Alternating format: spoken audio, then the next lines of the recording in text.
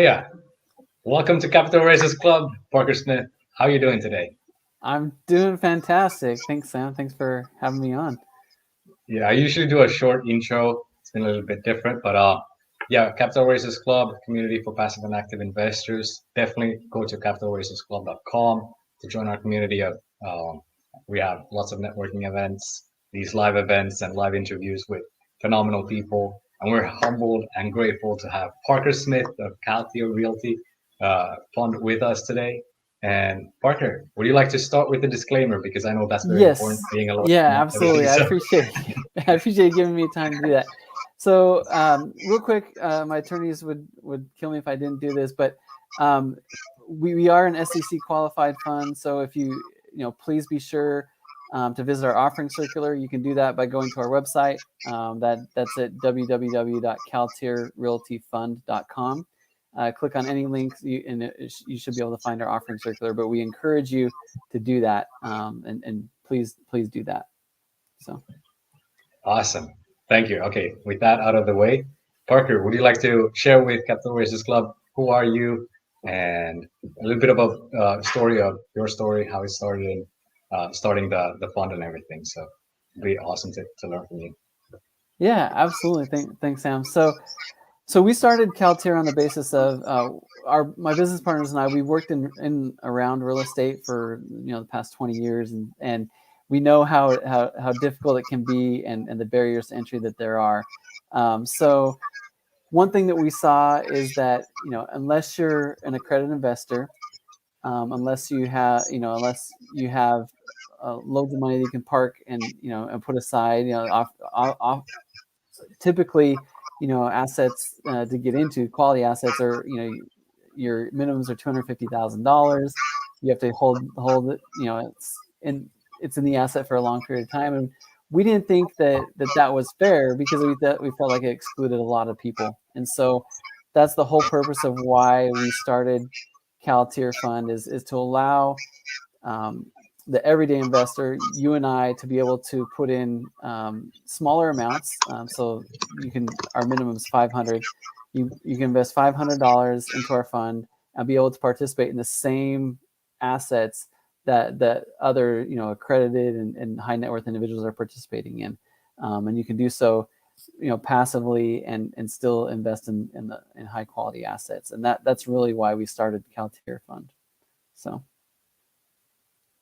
That's super cool. You mentioned just now, wait, I'm going to briefly talk with the live audience that we have here today. We have Denise Cramber on LinkedIn Live. Excited to be here. Thanks, Samson and Parker. We're grateful. We're grateful to have you with us. We have Cecilia Homeros, my wife, my biggest supporter. I'm excited to be here and learn more about investing passively with less hassle. Great topic. And we put in the chat also on YouTube, we put in, feel free to comment where you are watching this from and what questions and insights you'd like to share with us today. This is an interactive interview where we're going to cover the topic of just how you can invest passively in real estate today. And I would like to start with the question, you mentioned accredited investors and a high buy-in. So first of all, for those that may not be aware, what is an accredited investor? We always have to cover that. So yeah, absolutely. So accredited investor is somebody with a net worth of $1 million or more, not including your primary residence, or you make $250,000 a year. And so that's an accredited investor. So typically or historically, if you wanted to invest in real estate, especially commercial real estate, you're required to be an accredited investor. But with the Jobs Act that passed a few years back, it's opening the door to more investors to get involved, get their hands on some of this commercial real estate, and we're taking advantage of that through the CalTier Fund and providing that access to people that, whether they're accredited or not, you can participate. What would you say are some of the things that you've made easier for your passive investors? Could you go through it a little bit? How does it work when a passive investor who doesn't have to be accredited, how do they start out with CalTier Fund? What does that mean, and where does the money go and whatnot? It would be awesome to hear from the founder, co-founder, Yeah. how you're handling that. Yeah, absolutely. So we, because like I said, with the Jobs Act and, so compliance wise and technology is enabling this movement to happen, right? We call it the democratization of wealth, right? You see it in stocks and stuff with Robinhood and E-Trade and things, but with real estate, it's opening up the door as well. So the way that you can do it, like I said, you go to CalTierFund.com. You can sign up for an account for free, right? So you click the sign up button, sign up for an account. You can read our offering circular, which is also available on the SEC's website. But on our website, there's a direct link to it from our website. And then you can put in an amount. Like I said, our minimum is $500. So when you click invest now, you put in how much you want to invest. You do anywhere from $500 to $500,000, right? If you really, whatever your comfort level is, we wanted to make it easy for the everyday investor. So you can come in, you invest. Everything's done online. So you sign the subscription document online. You can check your portfolio, your account online. That's everything's, technology has made it very accessible to the everyday investor. So, and we're taking advantage of that with our fund. That is, for those that are not in the commercial real estate space, that is unusual. That is, you're a unicorn right now. That's incredible. Could you mention again for those that missed it, because I think a lot of missed it, what is the minimum requirement to start investing passively with within commercial real estate? Within commercial, yeah. Yeah. So our fund, our minimum is $500. So you can start with $500 or whatever amount you're comfortable with. You just put in, $500. You can use the great thing about it is, you can use you link your bank account like a lot of online apps or other things do, right? You can link your bank account. You can use a credit card.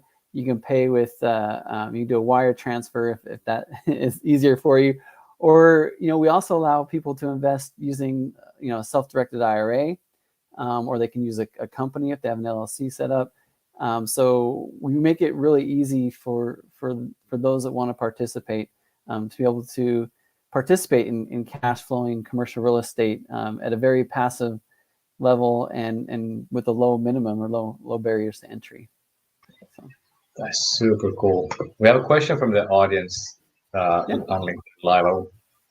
We can go back to other questions later, but we have Cecilia Homero's asking on LinkedIn Live, is it also possible to invest as foreign investor, Parker? It is, absolutely. And so that's one of the reasons, not to get too far into it, that's one of the reasons why we started the CalTier Fund as well, is not only does it allow accredited and non-accredited investors, but it also allows international investors. And so you can, the minimums, just to be clear, the minimums are a little bit higher with international investors. The minimum is 5,000. And that's just, we try to get as low as possible where it still makes sense, right? And that's one of the reasons why. So for the same way that you invest here in the United States, internationally you can invest the same way. Just the minimums are a little bit higher, and it's still opening the door. Again, 5,000 is a lot less than for somebody that wants to come in for 250,000 or some of these other typical minimums that you have. And again, sorry if I'm talking too much, you can always stop me, but if one of the other benefits of the fund is there's no lock-in period. So typically with real estate, your money is tied up for as long as the asset's held. But because we're a fund that has a portfolio of assets, your money is not locked in for a certain amount of time. So that's another benefit. That's genius. Because as an international investor myself, you are making it much easier for us too. Have you noticed a trend that in being open for foreign, has that allowed more international investors to join you compared to other commercial real estate opportunities out there? Yeah, absolutely. So as far as, to my knowledge, I don't know of any other company out there that allows, call it retail or everyday investors, or international retail investors, or international investors that aren't accredited. I don't know. There could be, but I don't know of any other fund out there that does that. And historically, international investing in real estate is not new, but historically it's been for high net worth individuals, or ultra high net worth individuals, actually, institutions, or maybe family offices. So it really hasn't been available to the everyday investor to invest in U.S. commercial real estate. And so that's one of the reasons, one of the main driving factors that we started the fund in the first place. My background is as an attorney. I am an attorney. My background, our firm does a lot of foreign direct investment and investment visas, and so we saw the need for that, and that's one of the reasons why we started the fund in the first place, is to allow international investors to participate. So that's super cool. So you're an attorney. I put that also in the description, but maybe nice. Yeah. a lot of people rather hear from you. So how is that working when you're an attorney, also co-founder of CalTier Fund? How does that work for you when you have investors that want to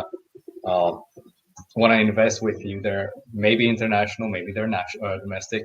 Um, is it just automatic by now? You've set it up with a team and everything, or how does that work? Yeah, it's automatic. So everything's handled online, which is great. Like, technology is a brilliant thing, right? And it makes it's bringing things that has historically been unavailable, now are made available through technology and through change in regulations and stuff. And so everything is done online. We've set up everything you need, the subscription agreement, everything is handled online. We do, our back-end banking partner does all the KYC, AML, kind of background checks too. That's very important. And so that's handled online. And then, my background as an attorney, I feel like that's helped in, put everything together. We do have our own SEC attorneys that we work with, and that wasn't my area of expertise. But I think being an attorney helps understand, some of these rules and regulations, and understand, what we need to do to be able to make sure we're compliant, and use that analytical thinking skills that you develop as an attorney. So that's super cool. You mentioned two abbreviations, KYC and AML. Maybe explain what those are. Please, because yes. We have a lot of listeners, international, domestic. So please, what is KYC? So KYC is know your customer, right? And then AML is anti-money laundering. So these are all things that put in place mainly by banks and other financial institutions, to make sure that when money is coming in, whether it's international or domestic, when it's coming in, that it's good money. It's good money, right? It's not it's nothing that's that terrorist or whatever organization, that it's money that's clean, and it's just protections that the banks put in place. Yeah. So. Yeah. Would you say that for instance, when we were, I don't know, this is a little bit of backstory, but when we come to the US from Europe, me and my wife, we were looking to invest, and they make it way more difficult. So many here may not realize the difficulty of investing in real estate from outside of US. When you want to place money as a real, what is it? Sorry, I lost my train of thought. But as a smaller investor than a hedge fund or a family office. So what you've done is really, I mean, that's why I'm so excited to have you here with Capital Races Club. With that said, let's go a little bit over the sponsor of today. We can come back to the topic real soon. So this is Capital Races Club.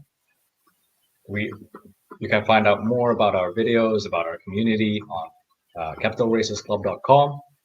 Please go to the website. You can join the community at community.capitalracersclub.com after you've received the email that, hey, you have an invitation. So today's event is sponsored by GOB Network, where you can connect with passive and active investors. It's a great community that we are grateful to be sponsored by. And feel free to, at any point in this interactive event, feel free to put down in the chat any questions, any insights, or what you would like to share, because the more you share, the more you are open and we can connect with y'all in the chats, the more we see you. And a lot of people watch this recording later on and they will see when your name pops up because we bring it up here. So that's just a short commercial break. Hey Parker, how did you get your starting in real estate? Yeah, that's a great question. So I've always had a passion for real estate. I always wanted to be involved in real estate. Even after law school, I had some buddies of mine that were involved in commercial real estate, and so I've always had kind of access to some of these deals, right? Where others may not have had access, and I didn't think it was fair because, like your experience, Sam, that there's a lot of barriers to entry, especially to get into some of the what we consider to be premier commercial real estate opportunities. But having some buddies in the space, I would always ask questions, and always like, well, tell me about this, or how does this work, or what it, and I had the opportunity to get involved in a couple of real estate deals early on, and just through my connections, and then met a few key people that were involved in the financing of real estate. Two of those being are my other co-founders, Matt Belcher and Travis Hook, and just started building a network and a team and getting knowledge about how this works, the ins and outs, and we did we worked on a couple of deals on the financing side and seeing how that works, right? And then seeing how deals are put together and just kind of grew from there. And then, like I said, from my experience, which is the same as your experience, Sam, and I'm sure probably everyone else on this call or on this webinar, but it's extremely difficult, and if you want to do it yourself, if you want to buy a duplex or fourplex, or just flip do a home flip or anything, it's a lot of stress and a lot of work. You become a landlord, you become a contractor, you become all that all in one, and your money's tied up into that one deal. And if it does well, that's great. If it doesn't, then that doesn't work, right? So being able to invest in commercial real estate where it's your risk is less, it's way more passive, way less stressful. It really is a benefit, and I tend to like to do that as well, and wanted to provide that opportunity to others. And so that's really, it took us a while to get up and going and get the fund set up, and it's an endeavor in and of itself. But now that it's working, it's so refreshing to see that now the everyday investor, regardless of their experience, their wealth level, their location, whether international or domestic or wherever, they can participate in some of these investments. So that's great.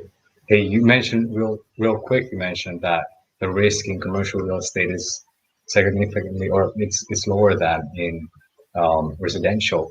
Could you briefly share why is that? Yeah, so that's a great question, and by no means am I providing any investment advice, right, or anything like that, right? But to be clear, but no, I mean, just in the sense where as a residential, if you buy a home or a condo or whatever, and you're relying on, your whole income stream is relying on that one tenant or being able to sell that one asset, right? Where the asset class that we like is multifamily, right? Or because it's spread across multiple, right? You don't have just one tenant. It's an entire apartment building or apartment complex, and so if one tenant is not paying rent, or one unit is down or whatever, then you're not missing out on your entire cash flow, right? And so that's really where, without getting into the where I think the residential market is and where the commercial market is, but that on the base level, I see that is you're spreading your risk across more more assets, or more tenants, more units than just one unit or two or four. And like stress level, right? I have very good friends that own duplexes or fourplexes, and I talk to a buddy of mine all the time. He's like, man, I had to buy a truck. I had to get all these different things, because now I got to, someone calls me like 2 a.m. Hey, my heat's out, or my dishwasher broke or whatever, right? I have to go and I have to fix it or hire someone to do it, and that's money coming out of my pocket.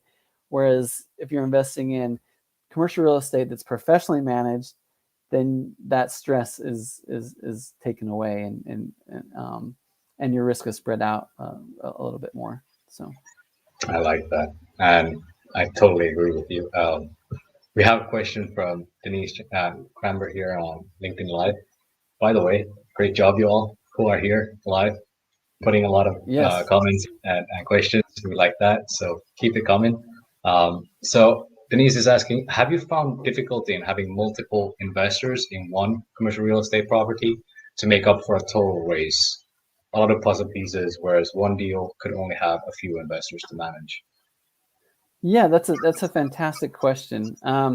So yes, there are some difficulties. I think having a fund, kind of again, the same idea with the real estate. It's the same idea with investors, right?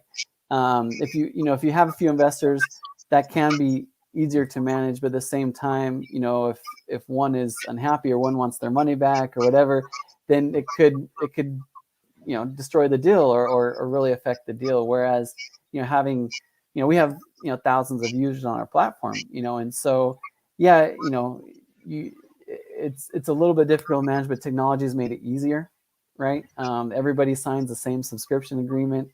Everybody has the same access online to to their portfolio. Everybody's able to see, and when we communicate to everybody, right?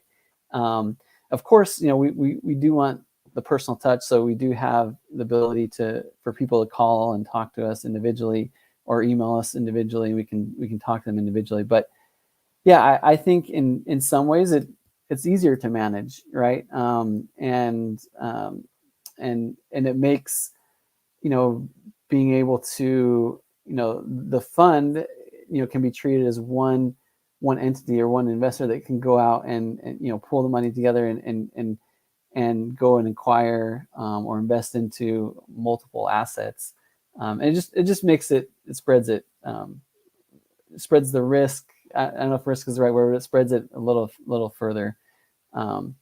But yeah, there's nothing wrong, with doing deal by deal and having few investors. I agree that traditionally has been the way to go when investing in commercial real estate. We're just opening up to a wider audience. Yeah.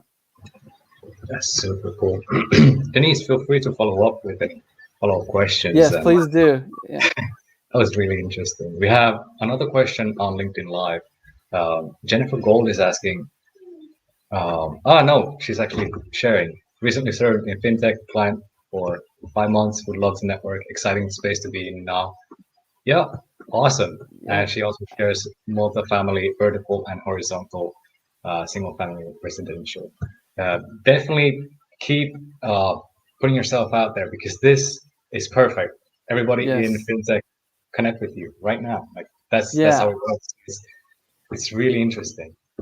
Would you Yeah. say that I would love this, to connect. Yeah, yeah, absolutely. would you say that CalTier Fund is a bit of FinTech because you're, or I don't know, but it's a bit more technical than the traditional way of raising money by calling each investor one by one and then, building those relationships instead of attracting investors from a wider audience that need your services. And, what would you say are, wait, I lost my question, but what would you No, say is, absolutely. Yeah, and I think I got the gist of it. Yeah, absolutely. Yeah, I mean, it's funny that you mentioned that and that she mentioned as well, because we consider ourselves more of a fintech platform than even a prop tech, right? For those financial tech versus property tech, right? And the reason being is, yeah, for the same reasons you said. We, commercial real estate is our product, right? That's but we don't see ourselves that different from some of the other fintechs out there, whether it be, I mean, I know I use this a lot, and I'm not comparing us to Robinhood or others, right? But Robinhood, is doing the same thing for stocks and other investment opportunities, right? Where you can, the everyday investor can invest, and you can invest fractionally, where sometimes you're precluded from investing in some of the bigger stocks, or maybe you don't have enough, or it just makes it easier through their platform. And the same thing on our side, we're doing the same thing for commercial real estate, where we're making it easier for the everyday investor to invest in these commercial real estate opportunities. So absolutely, we would consider ourselves a fintech. Yeah, for sure. super cool. Definitely reach out to Parker Smith. And 1 second, I can put in the banner here again how to connect with you. Also gonna share that later on too. Mm-hmm. There you have it. It's CalTierRealtyFund.com. The US office and everything is right there in the banner. Um, Another question that when you were saying earlier about making things easier for the investor, how do you deal with the whole tax plan for your investors, the K1, the distributions, and all that? How does that work when investing with your fund? Yeah, that's a great question. The short answer is we have a good accountant, right? But yeah, no, we every investor in the fund does receive a K1, and so the way that we do that, we have a really close relationship with our accounting firm. They've been with us since day one, so they understand our business. They understand the ins and outs of what we're doing, and so they handle all of that for us. But yeah, it's all done through the platform, through technology, and which has enabled it to make it more user friendly and available. But yeah, it is complex having thousands of investors versus a handful, and having to do K1s for each one. But luckily, technology and a good accounting firm makes our job easier. So That's super cool. You mentioned another abbreviation, K1s. What is that? What do we do with a K1? yeah, so no, that's a For the great ones that question. have Yeah, no, that are more absolutely. new. Sometimes being in the space, you realize you use a I lot do it of all the time. I do business it. jargon or legal jargon or whatever, and you don't realize that not everyone maybe has heard that term before. So K1 is just it's a form a tax form that you get, and it's a type of like a W-2 is what you get as a salaried employee.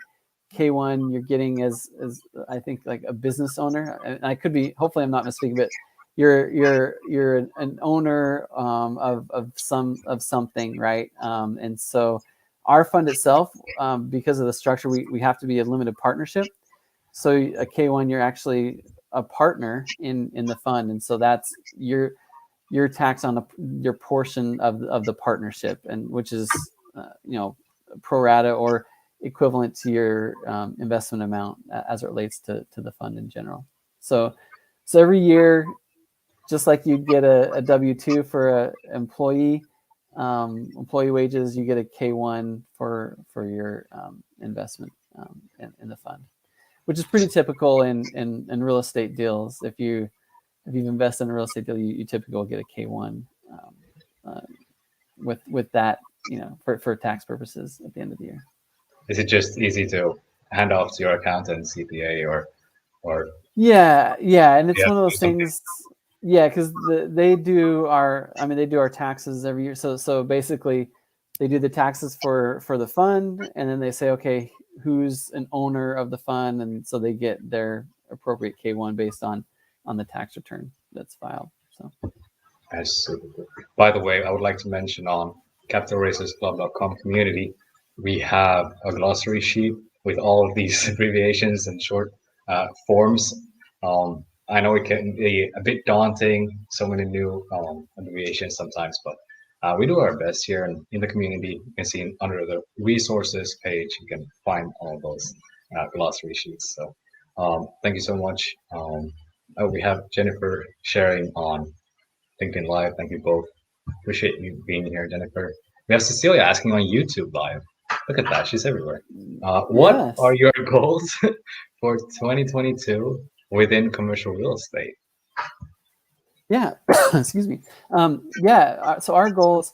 So right now, last year was a great year for us. We invested into 8 assets, which totaled 1,200 doors. And so our goal is, our goal now is to improve upon that. So our goal is to invest in 10 to 12 assets this year, and so increase our AUM. And then for our investors, we're looking to get continue to build their portfolio, but also provide consistent cash flow back to them as well. And so do that on a more frequent basis. In our offering, we target quarterly distributions. We're actually seeing now every 6 to 8 weeks. We'd like to get that down to monthly if we can. Again, we can't make any promises. I have to be very careful about what we say on that aspect. But that is our goals and for 2022. So. For those that don't know, AUM, what is that? I'm sorry. Again, these big words are these like jargon. Assets under management. I apologize. Yeah. Awesome. And we have a disclaimer that I forgot to put it earlier. Yes, Here you can see appreciate that, Sam. Yeah, it's very important, and this is serious matter. So the disclaimer, as you can see in the chat, do you want me to read it? I can because it's the whole thing. I copied. Sure. Yeah. If you don't mind, that'd be great. Absolutely. Thank you. No worries. So disclaimer, forward-looking statement. This presentation includes or may include certain statements, estimates, and forward-looking projections with respect to the anticipated future performance of the company. Of the company. Such statement, estimates, and forward-looking projections reflect various assumptions of the manager that may or may not prove to be correct, or that may involve various uncertainties. No representation is made and no assurance can be given that the company can or will attain the manager's projected results. Actual results may vary, perhaps materially, from such projection, and offering statement regarding this offering has been filed with the SEC. The SEC has qualified that the offering statement, which only means that the company may make sales of the securities described by the offering statement. It does not mean that the SEC has approved, passed upon the merits, or passed upon the accuracy or completeness of that information in the offering statement. You may obtain a copy. You didn't copy the last part. You may obtain a copy here, but that was most of it. Yeah, I think so. I think it says I think it provides the link after where you may obtain a copy, and that, for those of you who don't know, it's CalTierFund.com is where you may obtain a copy of the offering statement, or offering circular, I should say. So, yeah. And I appreciate you, Sam, for doing that. I know I kind of provided it to them last minute, so I really appreciated. Yeah, no worries. I should have said that earlier, and we are also including this in the description form on this episode. Exactly. So we have a question from Cecilia asking on YouTube Live. are all 12 assets within real estate that you mentioned? I'm curious about other assets as well. Yeah, so our main focus is multifamily. So we do value add. Um, Typically, we like cash flowing, but value add multifamily opportunities. So the previous assets, we just to provide some color. So 11. I'm sorry. So 8. So 7 of the 8 are multifamily. We do have one outlier, which is a condo that we have in downtown San Diego, which is where we're located. So we actually rent that out on a long-term rental basis, and it's doing phenomenally. And so it's that's typically not our focus, but we found a really good opportunity, and it's here locally, one that we can manage. We have one of our partners, or one of our not co-founders, one of our founders has experience in that and is managing that for us. So, but all the rest of the opportunities are multifamily, meaning apartment complexes or other buildings. We have some assets in Utah, Arizona, Texas, and Kansas to date. But yeah, of the ones that we're looking at, we're evaluating. Yeah, the idea is that our focus again is multifamily. So That's interesting. Which markets? You said Utah, Texas. I heard of several others. Are you also looking outside of these markets? If so, which ones? Yeah, so one thing that we look for is we look for markets that we think are growing or primed for growth. For example, one of the assets that we invested into last year is in Austin, Texas. We love Austin because companies like Tesla and others are going into Austin, and so we feel like it's a very strong economic market. Another two of the assets in Utah. We think Utah is a great market in general, but are off campus at a big university, and so we feel like that's strong. It has strong economic factors or drivers that are we factor in, and so we look at. But yeah, to answer your question, we look all over the in markets that we think are primed for growth, or that have secure, whether it's jobs or military. We like military backgrounds as well, because our government, a lot of government housing, because we know that that's fairly stable for the most part, right? And we know that we'll provide, because a lot of our excuse me, a lot of our assets are workforce housing, right? And so we want a good workforce that's driving those investments. So that's great. We have a question also from Denise Camber again. You're very active, and we're super happy to have you here. Yes. Would love to know how you follow SEC regulations for a 506B deal. Having a existing relationship, since most individuals reach out for an investing purposes. Would like to know someone experienced. Thank you. Is that maybe just a question for everybody, or what's your take on that? Having a existing relationship. So and that's really digging into the weeds as far as SEC regulations, right?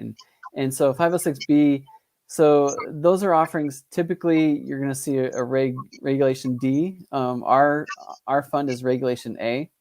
So regulation D is going to be for accredited investors. There are some rules, and again, this is not providing any. I'm not an SEC attorney. This is not providing any legal advice by any stretch, but there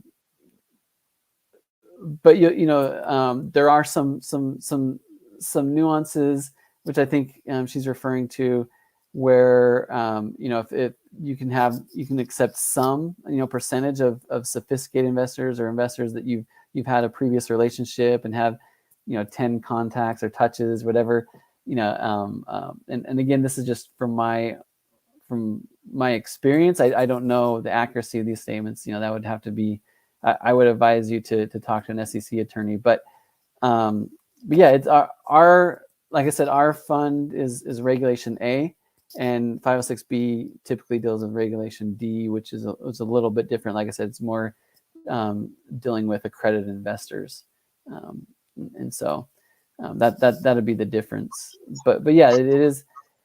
There are some nuances where I think if you have previous relationship with people and things that you can there are some exceptions or and different things that you can work through. But again, I advise you to talk to an SEC attorney about that. Yep. I like how you want people to go to experts or experts in their field, and it really shows also how you vet deals, because you want to go to the expert in that, or I don't know, maybe that could be a question. How do you find in different markets the ones that have that experience in those markets? How do you vet your how do you know the markets that are going to be performing, and how do you create those relationships? Yeah, absolutely. That's a fantastic question, and I'm glad you asked that. So we work with when we started the fund, we weren't trying to reinvent the wheel, right? We're not trying to do be everything to everybody, right? We want to focus on what we're good at, and rely on the experts, as you said, right? So we work with a lot of real estate partners. In fact, most of our deals we've partnered with a group or operator in if they're not local, they're familiar with that market, right? So for example, just going back to the Austin deal, we partnered with a group called Lionel Partners, and they're experienced in that area. They know Austin, and so we work with them, and that's one of the strengths about our fund, is that we can expand and we can invest into more opportunities because we can partner with really strong sponsors or really strong real estate partners that are doing deals throughout the United States. We work with a couple groups based out of Texas. We work with a couple groups based out of Utah, a couple groups based out of California, and other areas, right? And so we're not, we don't have to do the entire deal ourselves. In fact, we don't, for the most part, right? We typically have partners that we work with where we can come in as a limited partner or a co-GP, co-general partner, where we can do the deals together, and it takes some of that load off, and we can rely on some of their expertise, as well as our own. So one benefit to us is when we invest in a deal, typically it's been underwritten by our partner, and it's also underwritten by us. So we do our underwriting on their underwriting, right? So to speak. So it's double underwritten, and the due diligence is done even more so. And because we can invest smaller amounts into some of these deals, we can spread that money further along as well. So you're not, raising $50 million to just do 2 deals of $25 million each, right? You can spread across multiple assets, which again helps spread the risk for the investors, and rely on some of the stronger real estate partners out there that typically, if you wanted to invest with them, again, if you're outside of us, if you want to come to them and say, I like this deal, I want to invest in it, then the minimums are going to be $250,000, and you're going to have to be accredited, and your money's going to be tied up for the however long that deal is held by them, right? And so that's again one of the benefits that we see in a fund, and providing what opportunities that typically others wouldn't have the opportunity to invest into. So that's awesome, and that is a perfect segue to pitch our sponsor, because that's where you can find active and passive investors. Also, of course, on capitalraisersclub.com. So capitalraisersclub.com is a community for active and passive investors, and you can go to Capital Raisers Club for more of these interactive interviews, interactive networking events that we host on Tuesdays and Thursdays at 1 p.m. Central Time, 11 a.m. Pacific time where you are at, or 2 p.m. Eastern time. And you can visit our sponsor, govnetwork.com. The GOV Network is a community for active and passive investors who work together, collaborate with a growth mindset. It's an awesome community. I'm part of it, and super, super grateful to be a part of it. So, with that said, hey Parker, I've been to uh,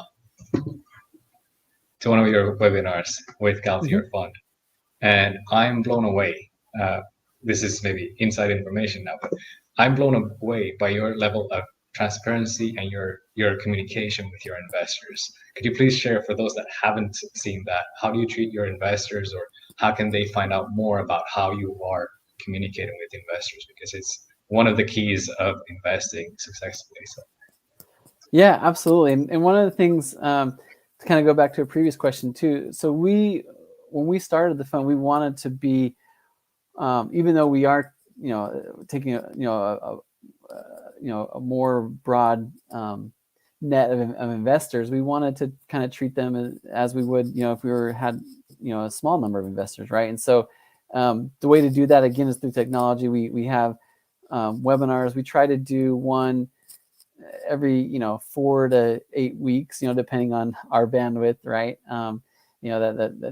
But so we should have one coming up soon. I don't know the date, but we're planning on doing another one. So webinars, just like Sam does, which I think is fantastic what you do. And we have live webinars where you can ask questions. We have a number that you can call in. You can go on a Calendly link and talk to, set up a time to speak with one of us. And typically, one of the founders will, if we can, we'll try to jump on and take those calls as much as we can. And then, our support, we try to, you can always email support, and we try to get back to you as soon as we can. We're, and so, yeah, we're just trying to keep the lines of communication open for our investors, and have them, as much as we can, feel, that it's a personal relationship. And we try to, again, transparency is very important. We want to make sure that, what we're about and what we're doing. And so we try to be very, open and transparent, and let the investors experience, that this, even though we are, taking, more investors, that we want to treat them as individual investors as much as possible. So You're doing an outstanding job. The whole CalTier team, I would like to give you all a shout out, because it's the best webinars with transparency level that I've seen within active GPs. So general partners, active sponsors. So yeah, definitely check out CalTier Fund. I'm gonna share with you all how you can connect with him. Later on, we're gonna take a couple more questions, but definitely connect with Parker Smith, co-founder and CEO of CalTier Realty LLC. CalTierRealtyFund.com. US office is +1 619 35 45 42 52 7. That one. All right. So I would like to ask some other questions. When we met, or we met through a mutual friend, Sajjad. Dr. Sajjad, you're awesome. yes, I would like to ask you. You lead an interesting life. You've been to several continents and visited different. How would you say that has impacted your way with not just the investing with international and domestic investors, but how would you say that has shaped your view of commercial real estate or investing in general? Yeah, I'm a big proponent of traveling and experiencing, different cultures, different cities. I think, for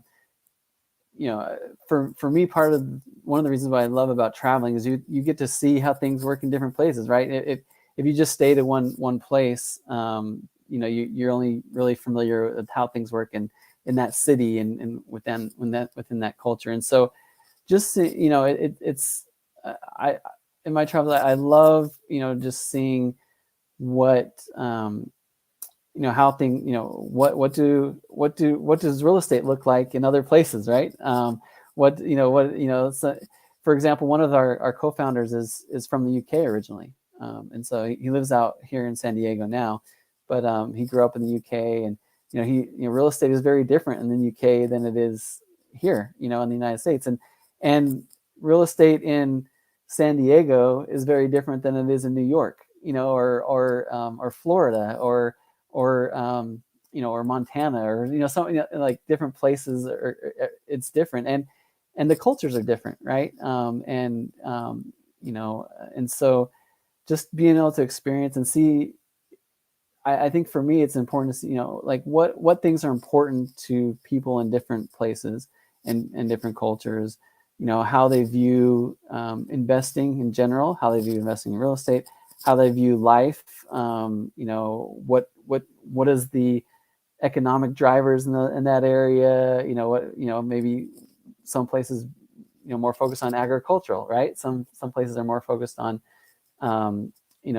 big, like you go to San Francisco, New York, it's very finance driven, very, big business, right, type thing. But technology, obviously in San Francisco and in that area. But yeah, I mean, I just experiencing different places and what makes those places tick and what makes the people in those places tick it's just refreshing to be able to experience that. I really like that, because that's how we also choose to live our lives, and we feel more prepared whenever we go to more places. This is a little bit similar, but it's not exact. It's never the exact same copy of something else. I have a live question here on LinkedIn Live from Denise Cranber.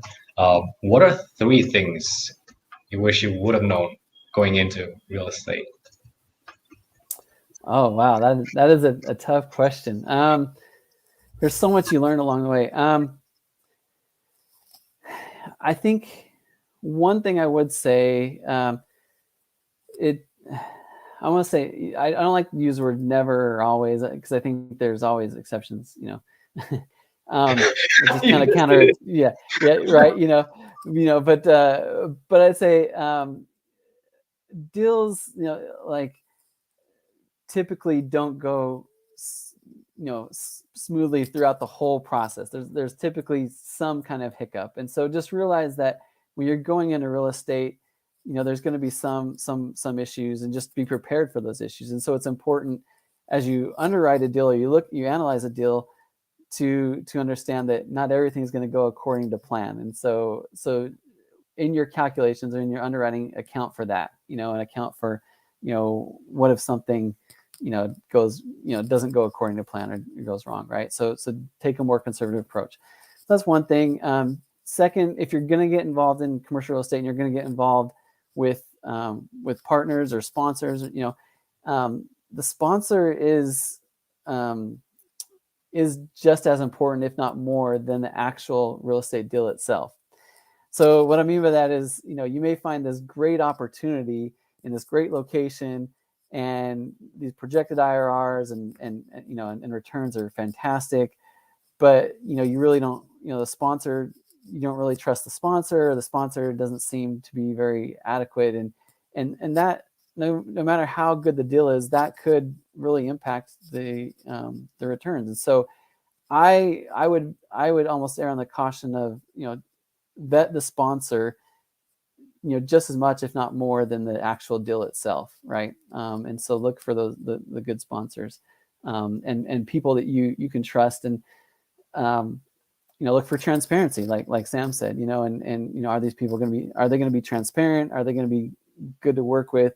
Are they good operators? Do they know the area? That kind of thing. So those are 2 things that I that I've learned along the way that I would want to pass along to people. And the third is, even though we don't, we are like, even though we say that we don't, I think most people trust, make investments on emotions, and as much as you try to be analytical and do this, that, and the other, you make investments on emotions. So really, trust your gut and your instincts. Don't don't go in blindly, and make sure you do you take it with an analytical approach, and you do all your underwriting, and you work out the numbers in your head, but trust your gut, because most of the time your gut is going to be right. You those little hunches that you have,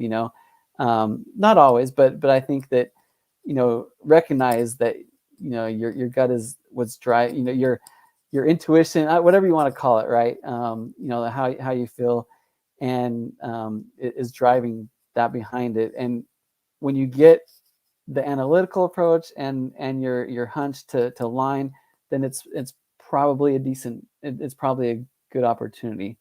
And if one or the other is not aligned, then don't do it. Because sometimes we do get enamored by what our emotions are saying. I really like this deal, even though the numbers aren't working out. Yeah, you don't want to go into that either. But yeah, I mean, have both aligned where you feel passionate about it, you feel like your intuition is saying this is a good opportunity, and it's penciling out, and the numbers are aligning. Then that's probably a good opportunity to participate in. I'm going to share with all Capital Races Club. Please go back, rewind a little bit, and write that down and post it on your walls.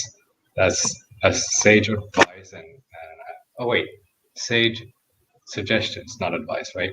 So yes, yeah, it's not advice. It's not advice. So thank you, Sam. Yep. Right. Yep. We have a last question here in the audience before we go to outro. Cecilia is asking, which country would you say? Cecilia Homeres on LinkedIn Live is asking, which country would you say from the ones that you have visited had the most different, were the most different in the way of investing from the US? So it was split into two questions. That's a fantastic question. I don't know. That's a tough. I think, China was very different. I guess if I had answered China, I don't have a profound reason as to why, other than one thing I will know about China. Obviously the government's very different, in the United States. So I think that's different. That'll affect your investing opportunities, right? The language obviously is very different, and so I think, yeah, I guess places I've been and visited, that might be my answer. And investing wise, the same.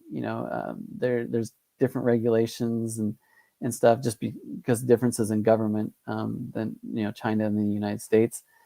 But I think everywhere has its different, its uniques. Yeah, I think a lot of Europe is similar to each other, but a little bit different than the United States. But I mean, each country has its own uniques. So, I'll have to think about that. That's a great question, Cecilia. Thanks. Yeah, it's for us. We've seen a lot of different places, and let me know when you go to Africa. That is way different than most places. Yes. My my father-in-law has been a lot of times. This is his favorite place to go. So he's been to different countries in Africa. I don't know how many countries he's been to, but yeah, he always talks about what a great place to visit. So yeah.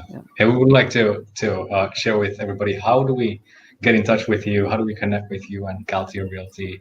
How do we start with our passive investing? Now you've clearly, everybody who's listened up to this point, please go back. Now you know how easy it is to invest in real estate passively. So how do we get in touch with you, partner? Yeah, so just like it says on the bottom of the screen, you can go to CalTierRealtyFund.com. That's our website. You can sign up for a free account. That it doesn't cost anything to sign up for an account. Then you're on our mailing list and everything else. And then you can email me personally. I know that's not on the bottom of the screen, but I'm happy to take emails as well. It's Parker@CalTierRealty.com. So without the fund, but Parker@CalTierRealty.com. You can reach me that way, and then the number, like like Sam said, is at the bottom of the screen. Feel free to call us. You can set up a time. If I'm not available at that time, you can set up a time to speak to me.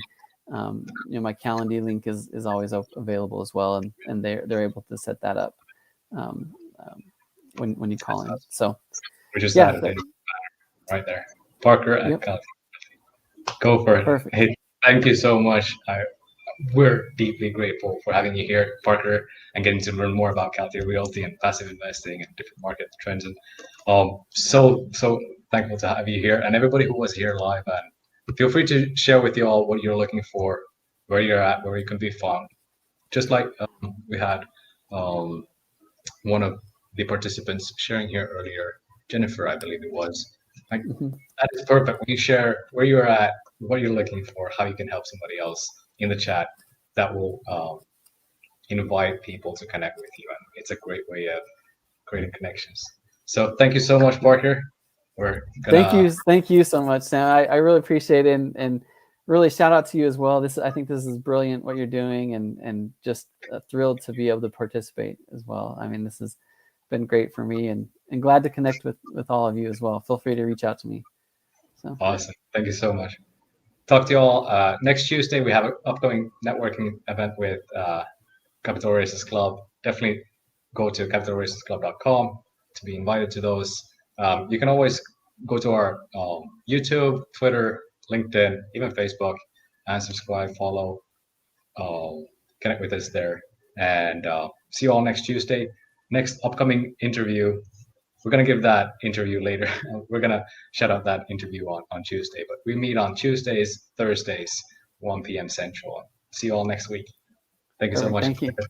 Thanks, everyone. Thanks, Sam.